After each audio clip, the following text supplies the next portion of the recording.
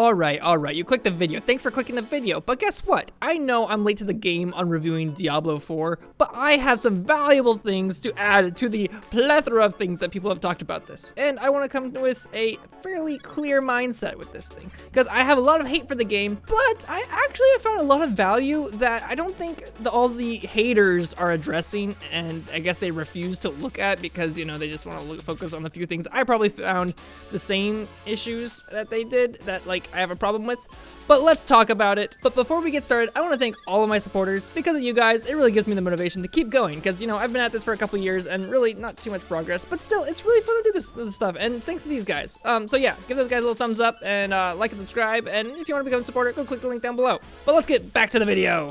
Alrighty, let's get to my list of bullet points here for why I hate this game. But we'll get to the list of like the good bullet points later, like why I actually like this game. All right, so my first bullet point is there is no single player. I'm actually a person that actually likes multiplayer for the most part, but sometimes you just want to play single player, and it's kind of annoying that there's not really much of a single player option.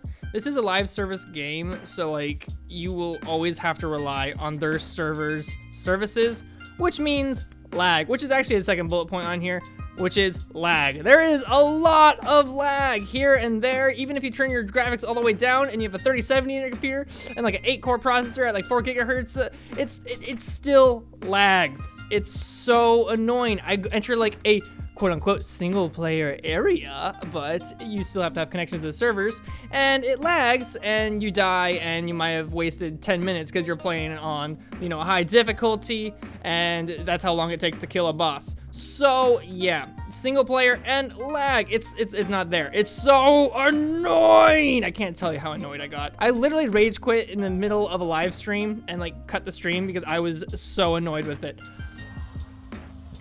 Screw this game! Screw it! Oh! Alright. My third, I guess, bullet point now is there is no monk or crusader class.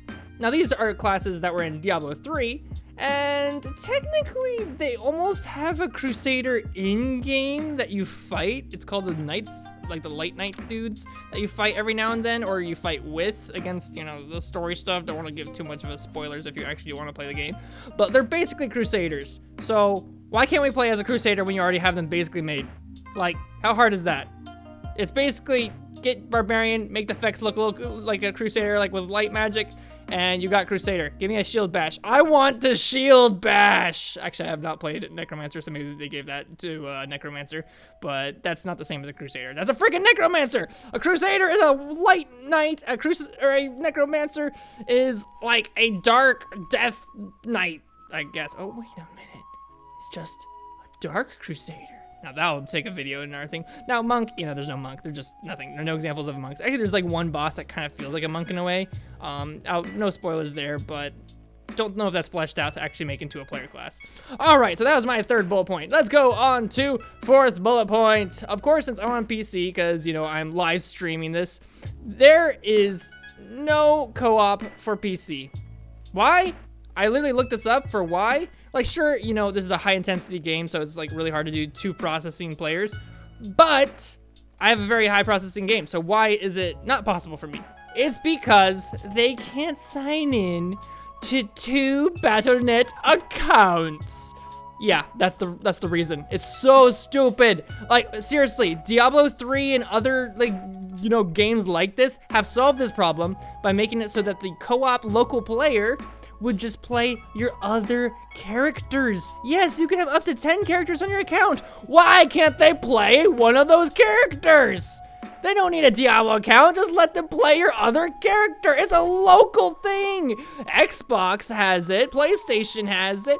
PC, you can't. Like, oh my gosh, it's annoying. All right, that's what, bullet point 5 now? I don't know. I got 6 bullet points on here. Now, my 8th point of things that I hate. There is no way to turn on or off certain chat features in the global chat. It's kind of annoying. Like, it's a, you know, multiplayer game, so you can technically filter some stuff, But I have this one freaking notification that, oh, you're playing with blah, blah, blah, blah, blah. You're like, they can join your game, blah, blah, blah. It pops up all the time. It ruins my immersion. It's been big yellow letters in the bottom left of my screen, and it's really annoying when I can't turn off that notification. They have things in this game that need to add settings.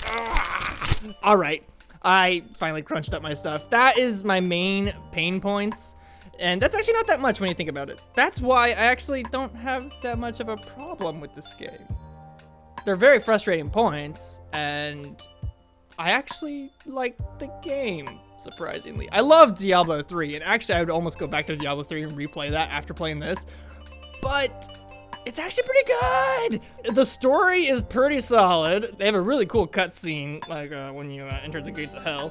So that's a pretty cool feature. Go and watch that once you get to that point of the story. But whoa, like the graphics are pretty good. Action is pretty solid. The replayability is pretty much there. I technically don't know if I like the leveling system as much, but then again, it's been a long time since I played Diablo 3, so I'm pretty sure it's actually fairly similar to Diablo 3 leveling system. So I'm not gonna make a big complaint there, just because, you know, I'm not up to date with Diablo 3. It's been like a year or two since I played that. But yeah, so this game's actually pretty awesome. What are things I like about this? Well, I love the multiplayer. I get to play with like all my friends in a group of 4, if not more, if we can somehow get on the same server. And it's pretty solid. Like, there's world events, you can find lots of random people. I wish there was proximity chat, because, you know, everything has proximity chat nowadays, but there isn't. So you just, you know, communicate through emotes, which is kind of actually funny in itself, just to see tons of characters emoting like crazy. But yeah, that's all I have to say about this game. Is this game worth $70? I've already put 70 hours in this game, so I have to say yes. But I don't know. If you want to be a complainer, go and add to the complainers.